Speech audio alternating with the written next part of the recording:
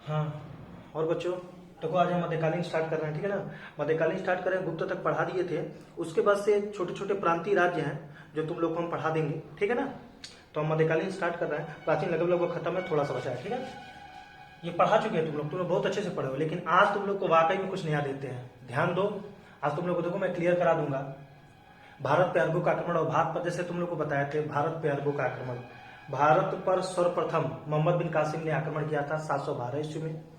सिंध पर आक्रमण किया था, वहां पर दाहिर का शासन था। दाहिर के पिता का नाम था चच। चचनामा में इसका वर्णन है। बस यही दो अरबों का मुख्य उद्देश्य धन दौलत लूटना और इस्लाम धर्म का प्रचार प्रसार करना, यही नहीं पढ़ाया जाए। तो चलो आज हम थोड़ा सा पढ़ाते हैं, थोड़ा ध्यान देना बेटा, और इसके अच्छे से नोट्स भी बनाना आप लोग, ठीक है। फिर बात करते हैं भारत पे अरबों का आक्रमण। भारत पे अरबों का आक्रमण, ध्यान दीजिएगा, अरबों का आक्रमण। जब तुम लोग को विश्व का नक्शा देखे होगे तो देखे होगे अरब कहां पे है।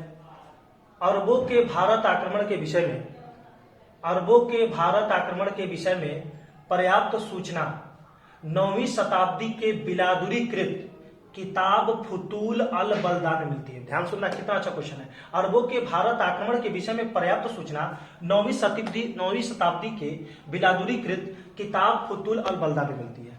फिर 1216 में चचनामा, जो फारसी भाषा में लिखी गई है, उसमें भी अरबों के विषय में पर्याप्त जानकारी मिलती है, ठीक है ना। अब हम थोड़ा सा इसके इतिहास के बारे में चर्चा करेंगे। अरबों के इतिहास के बारे में थोड़ा चर्चा करते हैं, थोड़ा ध्यान से समझना। सर्वप्रथम अरबों ने 636 ईस्वी में, सर्वप्रथम अरबों ने 636 ईस्वी में बंबई के थाने, वही थाने, बंबई के निकट थाने को जीतने के लिए खलीफा उमर, ये खलीफा उमर जो था, आप लोग को मैंने पढ़ाया था कि मुस्लिम में जो दूसरा खलीफा था, मोहम्मद साहब का दूसरा उत्तराधिकारी जो खलीफा होते थे, उनका दूसरा खलीफा यह था। सर्वप्रथम अरबों ने 636 ईस्वी में बंबई के निकट थाना को जीतने के लिए खलीफा उमर के समय असफल आक्रमण किया। इसके पश्चात भड़ौच, देवल सिंध के अंतर्गत आता है, देवल, मकरान पर भी असफल आक्रमण होते रहे। यानी 636 से आक्रमण के कार्यक्रम प्रारंभ है, लेकिन असफल होते रहे। 8वीं शताब्दी के प्रथम दशक में इबन अल अरिहल, 8वीं शताब्दी के प्रथम दशक में इबन अल अरिहल विटरी ने मकरान पर आक्रमण कर अस्थायी कब्जा कर लिया। इसके बाद सिंध विजय का द्वार खुल गया, ठीक है। इराक के शासक अल हज्जाज, इराक के शासक थे अल हज्जाज, और अरब के सूबेदार भी कहा जाता है। इराक के शासक अल हज्जाज ने सिंध के शासक दाहिर को दंडित करने के लिए प्रथम 2 सेनापति उबैदुल्ला तथा बुंदेल को भेजा। ब्राह्मण वंशीय राजा दाहिर सेन, जो सिंध का शासक था, तथा उसके पुत्र जयसिंह ने दोनों सेनापतियों को परास्त कर दिया और बाद में उसकी हत्या भी कर दी। इसके बाद अल हज्जाज के दामाद एवं भतीजे, अल हज्जाज का दामाद और भतीजा एवं उमैयद खलीफा के सेनापति, उमैयद खलीफा का सेनापति भी था मोहम्मद बिन कासिम, मकराना होता हुआ 712 ईस्वी में देवल, जो सिंध है, पहुंचा एवं नीरून नगर, जो बौद्ध भिक्षुओं का निवास था, उस पर अधिकार कर लिया। कासिम ने जाटों की राजधानी सीसम पर भी अधिकार कर लिया, जाटों की राजधानी सीसम पर भी अधिकार कर लिया। और देशद्रोही सरदार मोकाह की सहायता से, 1 नंबर का स्टैंड अप क्वेश्चन दे रहा है, देशद्रोही सरकार मोकाह की सहायता से कासिम ने राबोर के युद्ध में, कौन से युद्ध में, राबोर के युद्ध में दाहिर को हरा दिया। तो मोहम्मद बिन कासिम ने 712 ईस्वी में सिंध पर विजय प्राप्त की, दाहिर को हराया, तो वह युद्ध था राबोर का युद्ध। इस प्रकार भारत पर सफल आक्रमण करने वाला प्रथम मुस्लिम शासक मोहम्मद बिन कासिम था। इसने सिंध पर 712 में विजय प्राप्त की थी, ठीक है। आगे देखिए, सिंध पर आक्रमण का आदेश अरब के सूबेदार अल हज्जाज, वही मैंने बोला इराक के शासक या अरब के सूबेदार अल हज्जाज ने दिया था। अरब आक्रमणकारी बोलन दर्रे के रास्ते, हिंदुकुश पर्वत के बगल में बोलन दर्रे के रास्ते भारत आए। अल हज्जाज की 714 ईस्वी में मृत्यु हो गई। मोहम्मद बिन कासिम को 715 में जब उसकी मृत्यु हो गई, तो 715 में इसको भारत से वापस बुला लिया गया। कासिम ने जुनैद को सिंध का राज्यपाल नियुक्त किया, और वही जुनैद था जिसको प्रतिहार शासक नागभट्ट नीति ने पराजित किया था। और सिंध के शासक जो दाहिर सेन थे, उनके पिता का नाम था चच। खलीफा सुलेमान ने, जो खलीफा था सुलेमान ने मोहम्मद बिन कासिम की हत्या कर दी 715 ईस्वी में। भारत में पहली बार, बहुत ही बेहतरीन क्वेश्चन, देखो बार बार क्वेश्चन आता है ब्राह्मणों पर जजिया कर किसने लगाया, फिरोज तुगलक। लेकिन भारत में पहली बार जजिया नामक एक गैर धार्मिक कर था, जजिया नामक कर वसूली कासिम द्वारा ली गई, ठीक है बेटा। अरबों के आक्रमण का प्रभाव, अरबों के आक्रमण, अरबवासियों के भारत पर आक्रमण का मूल उद्देश्य धन दौलत लूटना, इस्लाम धर्म का प्रचार प्रसार करना और साथ में अपने राज्य का विस्तार करना था। अरब आक्रमण से भविष्य में भारत पर आक्रमण करने का मार्ग प्रशस्त हुआ। भाई जब एक आक्रमण करेगा तो फिर उसका देखा देखी पीछे से आक्रमण करते हैं, तो रास्ता जो उसका था प्रशस्त हुआ। अरबों ने ही सिंध में ऊंट पालना, खजूर की खेती करना खत का प्रचलन किया, और अरबों ने ही दिरहम नामक सिक्के का प्रचलन किया था। तो ये है भारत पे अरबों का आक्रमण। इसका अच्छे से नोट्स बना लेना, ठीक है। अब हम बात करेंगे भारत पे तुर्कों का आक्रमण। अरबों के बाद भारत पर तुर्कों ने आक्रमण किया। तुर्क चीन के उत्तर पश्चिम सीमाओं में निवास करने वाले एक असभ्य व बर्बर जाति थी। इसका उद्देश्य मुस्लिम साम्राज्य की स्थापना करना था। तुर्कों का उद्देश्य क्या था? मुस्लिम साम्राज्य की स्थापना करना। अरबों का उद्देश्य क्या था? धन और टूटना, इस्लाम धर्म का प्रचार प्रसार करना। थोड़ा सा इसका क्रम देख लेना। सबसे पहला तुर्क जो शासक था वो अल्पतकीन था। इसके बारे में ध्यान सुना, यह गजनी वंश का संस्थापक था और गजनी में स्वतंत्र तुर्क राज्य की स्थापना किया था। इसका गुलाम और दामाद था सुबुदगीन। इसने भारत पर आक्रमण करने वाला प्रथम तुर्क शासक इसे ही माना जाता है। और इसका ज्येष्ठ पुत्र था महमूद गजनवी, सुल्तान की उपाधि धारण करने वाला प्रथम तुर्क शासक। ध्यान दीजिएगा। और भारत पर इसने कितने बार आक्रमण किए थे? 17 बार। ये तो बहुत बार क्वेश्चन पूछते हैं। और ध्यान दीजिएगा, गजनी वंश या यामिनी वंश करते हैं। उसके बाद उसका गुलाम या उसका उत्तराधिकारी जो आगे चलकर हुआ वो मोहम्मद गौरी हुआ। गौरी वंश या संसवानी वंश, यह भारत में तुर्की राज्य का संस्थापक माना जाता है और भारत में मुस्लिम साम्राज्य का वास्तविक संस्थापक इसे माना जाता है। बहुत ही बेहतरीन क्वेश्चन। भारत में मुस्लिम साम्राज्य का वास्तविक संस्थापक मोहम्मद गौरी, ठीक है। मोहम्मद गौरी की भी दास हुए। जब मोहम्मद गौरी चला गया तो उसके दास थे। उसके दासों में यानी उसके गुलामों में ताजुद्दीन यल्दज, कुतुबुद्दीन ऐबक, नसरुद्दीन कुबाचा और इख्तियारुद्दीन खिलजी। ताजुद्दीन यल्दज को गजनी का प्रांत दे दिया था ये मोहम्मद गौरी। लाहौर और दिल्ली कुतुबुद्दीन ऐबक को दे दिया था। नसरुद्दीन कुबाचा को उच्च और मुल्तान दे दिया था। इख्तियार खिलजी को उसने बंगाल के प्रांत देकर गजनी लौट गया। और ध्यान दीजिएगा, जब गजनी लौट गया तो कुतुबुद्दीन ऐबक ने ही दिल्ली और लाहौर पर आधिपत्य किया और आगे चलकर इसी ने सल्तनत काल की स्थापना की। इसके बारे में आगे हम पढ़ेंगे, ठीक है। आगे देखिएगा, तो तुर्क आक्रमण में सबसे पहले अल्पतकीन, गजनी साम्राज्य व यामनी वंश। मैंने बोला ना, गजनी साम्राज्य बोलो या यामनी वंश बोलो। गजनी साम्राज्य या यामनी वंश का संस्थापक था। यह समानी साम्राज्य के शासक अब्दुल मलिक का तुर्क दास था, जो खुरासान के राज्यपाल थे। ये कहां का राज्यपाल था? खुरासान का राज्यपाल था। और इसने समानी साम्राज्य के शासक अब्दुल मलिक का तुर्क दास था, यानी उनका गुलाम था। समानी साम्राज्य के पतन के बाद उसने मध्य एशिया में अपना स्वतंत्र राज्य स्थापित किया, जिसकी राजधानी उसने गजनी बनाई, ठीक है। उसका उत्तराधिकारी सुबुदगीन, यह अल्पतकीन का गुलाम और दामाद था। भारत पर प्रथम तुर्क आक्रमण, ध्यान दीजिएगा, भारत पर प्रथम तुर्क आक्रमण 986 ईस्वी में हिंदू शाही राजवंश के राजा जयपाल के खिलाफ एक संघर्ष में इसने भाग लिया था और इसने जयपाल को पराजित की थी। इसीलिए सुबुदगीन को पहला तुर्क आक्रमण का गौरव प्राप्त है भारत पर। अब हम बात करेंगे महमूद गजनवी। बहुत ही मोस्ट है, महमूद गजनवी के बहुत क्वेश्चन तुम लोग आज देंगे, ठीक है। तो चलो आगे बोलते हैं। महमूद गजनवी, ध्यान से सुनना। यह सुबुद्दीन का ज्येष्ठ पुत्र था। सुबुद्दीन का ज्येष्ठ पुत्र था और अपने पिता की मृत्यु के बाद 998 ईस्वी में, कई जगह 997 दिया, कई जगह 998 ईस्वी गजनी के सिंहासन पर बैठा। वो अपने पिता के शासनकाल में खुरासान का शासक था और गजनवी को राजगद्दी पर अपने भाई इस्माइल से संघर्ष करना पड़ा था। यानी उत्तराधिकारी का युद्ध हुआ था इसमें और इस्माइल में, और उसने इस्माइल को पराजित किया था। गजनवी 27 वर्ष की उम्र में 998 से 1030 तक शासक रहा। यानी 998 से लेकर 1030 लगभग 32 साल तक शासक रहा, जिसने सिस्तान के खलीफा को हराकर सुल्तान की उपाधि धारण करने वाला प्रथम मुस्लिम शासक था। सुल्तान की उपाधि धारण करने वाला प्रथम मुस्लिम शासक महमूद गजनवी। मैं तुमने बताया था सुल्तान की उपाधि धारण करने वाला प्रथम मुस्लिम शासक महमूद गजनवी। वैधानिक स्वीकृति कैसे प्राप्त हुई? इल्तुतमिश को। उसके बाद से मैं तुम लोग बताया था। और एक और अच्छा क्वेश्चन बताते हैं कि गजनवी ने ही सुल्तान की उपाधि की और गजनवी के बाद गौरी, और गौरी से लेकर पूरा सल्तनत की क्या कहता है, सुल्तान की उपाधि धारण किया, बस एक को छोड़कर, खिज्र खां को छोड़कर, ठीक है, ये ध्यान रखिएगा। सिस्तान के खलीफा को हराकर सुल्तान की उपाधि धारण करने वाला प्रथम मुस्लिम शासक था बगदाद के खलीफा अल कादिर बिल्ला ने महमूद गजनवी के पद को मान्यता प्रदान करते हुए उसे यामिदुद्दौला और यामिदुल-मिल्ला की उपाधि दी। ये तुम लोगों को किताब में भी है, तो ध्यान देना। यामिदुद्दौला का अर्थ होता है साम्राज्य का दाहिना हाथ और यामिदुल-मिल्ला का अर्थ होता है मुस्लिमों का संरक्षक की उपाधि दी। महमूद गजनवी ने भारत पर 1000 से 1027 तक 17 आक्रमण किए। इस आक्रमण का उल्लेख हेनरी इलियट ने किया था। गजनवी ने आक्रमणों का उद्देश्य धन दौलत लूटना, इस्लाम धर्म का प्रचार प्रसार करना, मैंने बताया था, लेकिन सुनना, धन दौलत लूटना तथा इस धन की सहायता से, सॉरी एक बार और ध्यान सुनना, गजनवी ने आक्रमणों का मुख्य उद्देश्य, मैं अरबों का उद्देश्य बता दिया था। गजनवी के आक्रमणों का मुख्य उद्देश्य धन दौलत लूटना तथा इस धन की सहायता से मध्य एशिया में विशाल साम्राज्य की स्थापना करना था।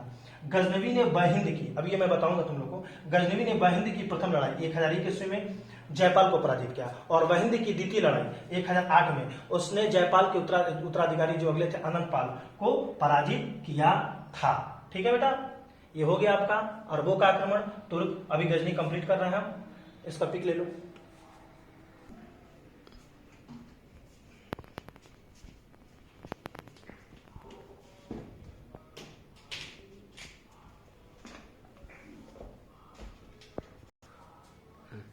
तो गजनवी ने बहिंद की प्रथम लड़ाई मैंने बताया जयपाल को पराजित किया, बहिंद की द्वितीय लड़ाई 1001 में, बहिंद की द्वितीय लड़ाई 1008 में उसने आनंदपाल को पराजित किया।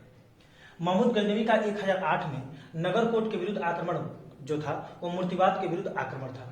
गजनवी ने थानेश्वर के चक्रा स्वामी की काष्ठ निर्मित आदमकद प्रतिमा को गजनी में रंगभूमि में रखवाया था। ठीक है, गजनी का सबसे चर्चित आक्रमण जो था वो 1025 में सोमनाथ मंदिर जो गुजरात में था पर हुआ। इस मंदिर की लूट में उसने करीब 20 लाख दिनार की संपत्ति हाथ लगी। सोमनाथ की रक्षा करने के कारण अहिलवाड़ पर महमूद गजनवी ने आक्रमण किया था, और उस समय सोमनाथ पर प्रदेश के शासक कौन थे? भीमदेव थे। जो सोमनाथ जिस क्षेत्र में आता था उस प्रांत के शासक कौन थे? भीमदेव थे। तो गजनवी का सबसे चर्चित आक्रमण 1025 में सोमनाथ मंदिर गुजरात पर हुआ था। इस मंदिर की लूट में उसने करीब 20 लाख दिनार संपत्ति हाथ लगी थी। सोमनाथ की रक्षा करने के कारण अहिलवाड़ पर महमूद गजनवी ने आक्रमण किया। सोमनाथ मंदिर लूट कर ले जाने के क्रम में जाटों ने उन पर हमला किया, और गजनवी का भारत पर अंतिम आक्रमण 1027 में जाटों के विरुद्ध ही था। गजनवी की मृत्यु 1030 ईस्वी में हो गई।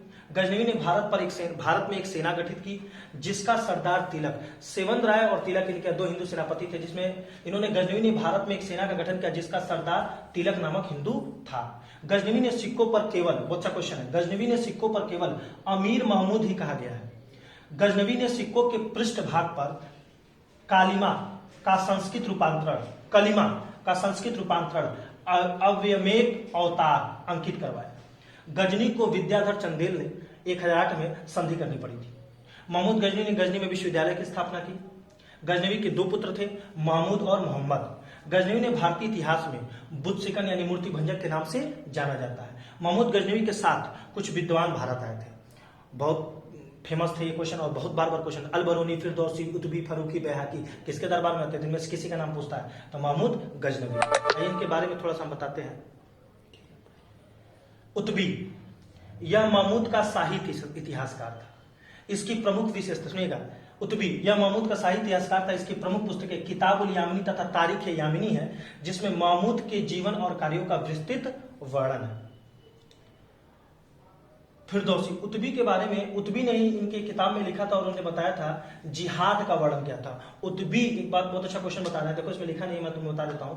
उतबी यह महमूद का साहित्य इतिहासकार था। इसकी प्रमुख पुस्तकें किताबुल यामिनी तथा तारीख यामिनी है, जिसमें महमूद के जीवन और कार्यों का विस्तृत वर्णन है। और इसी पुस्तक में उतबी ने कहा था कि महमूद गजनवी का जो भारत पर आक्रमण था वो एक जिहाद था। इसमें उसको क्या करना था? उसमें उसने मुस्लिम साम्राज्य का विस्तार करना था और मूर्ति पूजा को विध्वंस करना था। फिरदौसी, इसे पूर्व का होमर भी कहते हैं। इसकी सर्वाधिक प्रसिद्ध रचना शाहनामा है। इसकी पुस्तक के द्वारा ही फारसी भाषा की नींव रखी गई, यानी शाहनामा के द्वारा, शाहनामा फारसी भाषा की प्रसिद्ध पुस्तक है और इस पुस्तक के द्वारा ही फारसी भाषा की नींव रखी गई।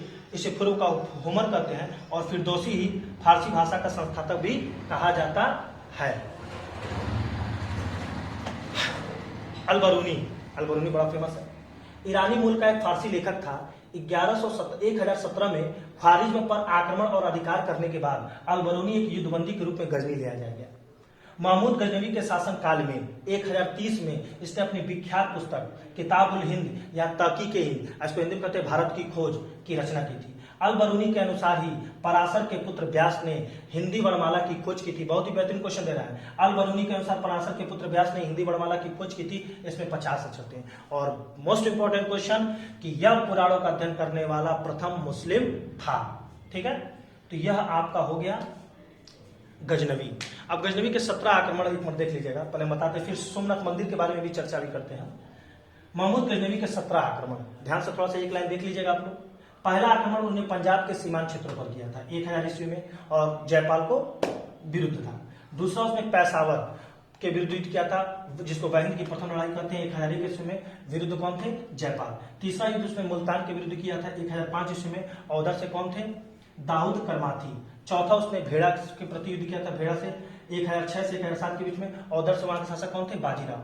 पांचवा मुल्तान 1007 से 1008 के बीच में, उधर से थे सुखपाल। पेशावर जो वाहिनी की द्वितीय लड़ाई करते हैं 1000 से 1009 में, और उधर से कौन थे? आनंदपाल। तो मैंने ये बताया ना, जयपाल वाहिनी की प्रथम लड़ाई में और द्वितीय लड़ाई में आनंदपाल।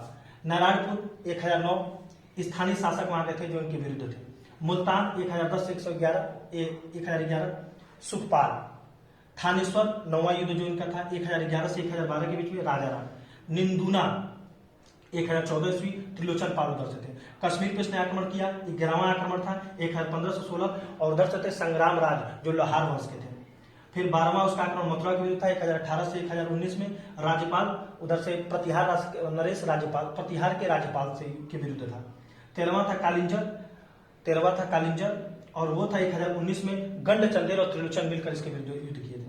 14वां था कश्मीर 1021 में, और यह बड़ा बेहतरीन क्वेश्चन है कि गजनवी ने जो 17 आक्रमण किया था उसमें उसने जो 14वां आक्रमण कश्मीर में किया था, उस समय उधर से कश्मीर की शासिका थी एक महिला रानी दिद्दा 1021 में। उसके से हम लोग बोलते हैं ना कि इनसे पहले चलो ठीक है। 15वां ग्वालियर से 1022 में, उधर से थे कौन? गंड चंदेल। और 15वां जो 16वां था वो सोमनाथ मंदिर पर आक्रमण था, जिसपे वहां के शासक थे भीमदेव 1025 16वां आक्रमण। और 17वां आक्रमण भाई मैंने बताया लास्ट अंतिम आक्रमण 1027 में जाटों के विरुद्ध था। तो ये महमूद गजनवी के 17 आक्रमण थे जो बहुत फेमस थे। ठीक है बेटा, तो ये गजनी, गौरी तो भी कल पढ़ाएंगे, अगला पढ़ाएंगे। गजनी तो हो गया। अब सोमनाथ मंदिर के बारे में तुम लोग को हम बताते हैं। सोमनाथ मंदिर बड़ा अच्छा क्वेश्चन है। सोमनाथ मंदिर के बारे में बड़ा भव्य मंदिर है, ठीक है ना। तो आओगे तुम लोग तो मंदिर का नक्शा बनाएंगे। सोमनाथ मंदिर यह एक महत्वपूर्ण हिंदू मंदिर है जिसकी गणना 12 ज्योतिर्लिंगों में सर्वप्रथम ज्योतिर्लिंग की जाती है। शंकर भगवान के जो 12 ज्योतिर्लिंग है भारत में, उसमें से पहला ज्योतिर्लिंग जिसकी पूजा की जाती है, प्रथम ज्योतिर्लिंग माना जाता है, वो सोमनाथ मंदिर को ही माना जाता है। गुजरात के सौराष्ट्र क्षेत्र के वेरावल बंदरगाह के प्रभास पाटन में स्थित है। इसका निर्माण स्वयं चंद्रदेव ने किया था। ये चंद्रदेव कोई राजा नहीं, ये चंद्र, ऋग्वेद में इसका वर्णन है, चंद्रदेव ने किया था, चंद्र भगवान ने। इसका उल्लेख ऋग्वेद में मिलता है। यह मंदिर हिंदू धर्म के उत्थान पतन के इतिहास का प्रतीक है। अत्यंत वैभवशाली होने के कारण इतिहास में कई बार यह तोड़ा गया और पुनर्निर्मित किया गया। आइए इसकी थोड़ी सी कहानी समझाते हैं, सुनिएगा। द्वितीय बार, पहली बार तो मान लो चंद्रदेव ऋग्वेद में कहा गया कि इसका निर्माण किया। द्वितीय बार इस मंदिर का पुनर्निर्माण बल्लभी के मैत्रक राजाओं ने किया था। 8वीं सदी में सिंध के अरबी गवर्नर जुनायद ने इसे नष्ट करने के लिए अपनी सेना भेजी थी। प्रतिहार राजा नागभट्ट ने 815 में इसका तीसरा पुनर्निर्माण कराया। अरब यात्री अल बरूनी ने अपनी यात्रा वृत्तांत में इसका विवरण लिखा, जिससे प्रभावित होकर, ध्यान देना, अल बरूनी ने अपनी यात्रा विवरण में इसको लिखा था। अरब यात्री अल बरूनी ने अपनी यात्रा वृत्तांत में इसका वर्णन किया था, जिससे प्रभावित होकर गजनवी ने 1025 में अपने 5000 साथियों के साथ सोमनाथ मंदिर पर हमला किया। कितने साथियों के साथ? 5000 साथियों के साथ सोमनाथ मंदिर पर हमला किया। उसकी संपत्ति लूटी हुई 20 लाख दिनार और उसे नष्ट कर दिया। एक अनुश्रुति के अनुसार बताया जाता है कि उस समय 50,000 लोग मंदिर के अंदर हाथ जोड़कर पूजा कर रहे थे, प्रभु की पूजा कर रहे थे, अर्चना कर रहे थे। प्राय सभी का कत्ल कर दिया। इसीलिए बोला था सोमनाथ मंदिर को विध्वंस करने के चक्कर में इसने 50,000 हिंदुओं का कत्ल किया था। गजनवी ने सोमनाथ की मूर्ति के टुकड़े, जो मूर्ति थी सोमनाथ मंदिर की मूर्ति जो थी, उसको तोड़कर अपने साथ ले गया और कहां पर? मक्का, मदीना और गजनी के मस्जिदों की सीढ़ियों में इसने लगाया था। गजनी द्वारा मंदिर विध्वंस होने के बाद गुजरात के राजा भीम और मालवा के राजा भोज ने इसका पुनर्निर्माण कराया। सन 1297 ईस्वी में जब दिल्ली सल्तनत ने गुजरात पर कब्जा किया तो इसे 5वीं बार गिराया गया। और ध्यान दीजिएगा, 1297 में जब दिल्ली सल्तनत ने दोबारा गुजरात पर कब्जा किया तो इसको 5वीं बार गिराया गया। और एक क्वेश्चन और आप लोग बताए थे कि मुगल बादशाह औरंगजेब ने भी इसे 1706 में गिराया था। वर्तमान में इस नए भव्य मंदिर का डिजाइन प्रसिद्ध आर्किटेक्चर प्रभाशंकर ने तैयार किया है। और एक क्वेश्चन बनता है कि 800 वर्षों के इतिहास में कैलाश महाभैरू प्रसाद की रैली में बनने वाला यह प्रथम मंदिर था। इस समय जो मंदिर खड़ा है उसे भारत के प्रथम गृह मंत्री सरदार वल्लभ भाई पटेल ने बनवाया था। और 1 दिसंबर 1995 को भारत के राष्ट्रपति शंकर दयाल शर्मा ने इसे राष्ट्र को समर्पित किया। समझ में आया? तो आप सोमनाथ मंदिर के बारे में जानकारी आपको मिली। महमूद गजनवी के 17 आक्रमण महमूद गजनवी के बारे में, भारत पे तुर्कों का आक्रमण, तुर्क क्या थे, और भारत पे अरबों का आक्रमण। तो ये तुम लोग का हमने कंप्लीट कराया। अब जब तक लॉकडाउन चल रहा है तब तक तुम लोग को मध्यकालीन खींच रहे हैं, ठीक है बेटा। कितना देगा, 1 मिनट का लेक्चर होगा। तो बच्चों ये आपका हो गया। अब आगे हम गौरी और उसके बाद सल्तनत काल आगे हम खींचते हैं, ठीक है। जब तक लॉकडाउन है तब तक पढ़ लो, उसके बाद से तो फिर हम पढ़ाएंगे, ठीक है। और थोड़ा मन से पढ़ो यार, मैं बहुत मेहनत से तुम लोग को पढ़ा रहा हूँ, ठीक है। और रोज वर्क दे रहा हूँ, उसको भी कंप्लीट करो, ठीक है ना। एक लाइन सुना देते हैं, ठीक है, पढ़ लो अच्छे से। और देखो इसी समय ये लाइन बड़ा सूट करेगा तुम लोग के ऊपर। कुछ कर गुजरने के लिए मौसम नहीं मन चाहिए, कुछ कर गुजरने के लिए मौसम नहीं मन चाहिए, साधन सभी जुट जाएंगे, बस संकल्प का धन चाहिए। भरोसा खुदा पर है तो जो लिखा है तकदीर में वही पाओगे, भरोसा अगर खुद पर है तो खुदा वही लिखेगा जो तुम चाहो, ठीक है। पढ़ो एकदम अच्छे से, ठीक है, घबराने की कोई जरूरत नहीं। फिर हम परसों मिलते हैं।